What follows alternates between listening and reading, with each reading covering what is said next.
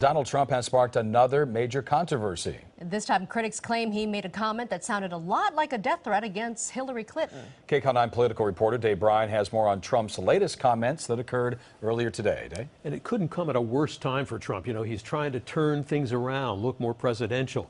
Lately, every day now, it seems like Donald Trump's engulfed in another controversy about something he said or done, and tonight is no exception.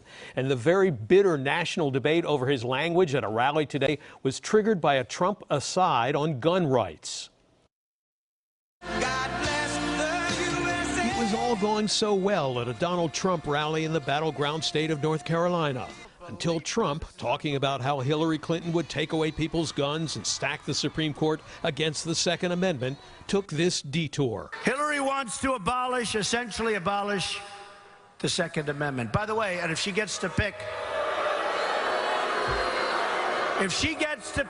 her judges, nothing you can do, folks.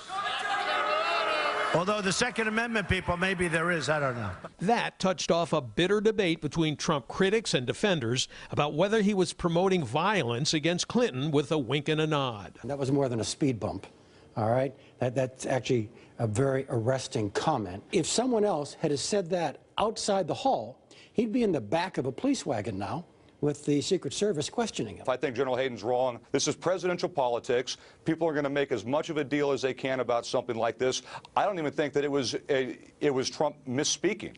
I think Trump said what he meant. After the rally, Trump told Sean Hannity on Fox News he was talking about the gun rights movement, not suggesting violence. Nobody in that room thought anything other than what you just said. This is a political movement.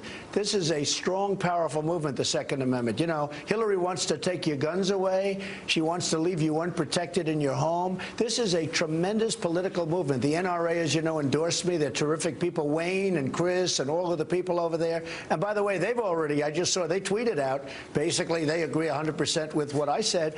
And there can be no other interpretation. Even reporters have told me, I mean, give me a break.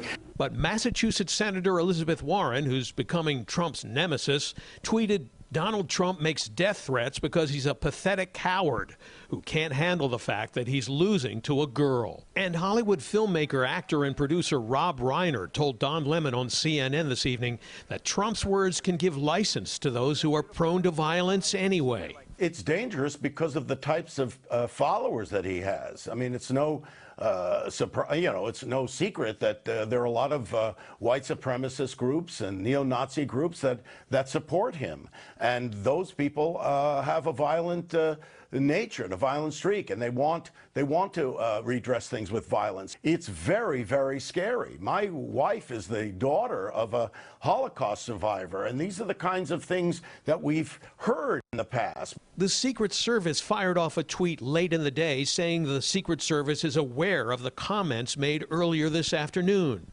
CBS News political director and moderator of Face the Nation, John Dickerson, told me while Trump's words might rally his gun rights supporters in his base, it could backfire with other voters who are still undecided. It's not the first time this has happened. It accumulates over time, and it gets this sense, and I've talked to many Republicans who have just feels he's too volatile as a candidate. It's about a certain looseness with language, which can send people, get people to react in a way that can end up making your day full of putting out fires, as opposed to a day spent advocating for a position or staying focused on your agenda.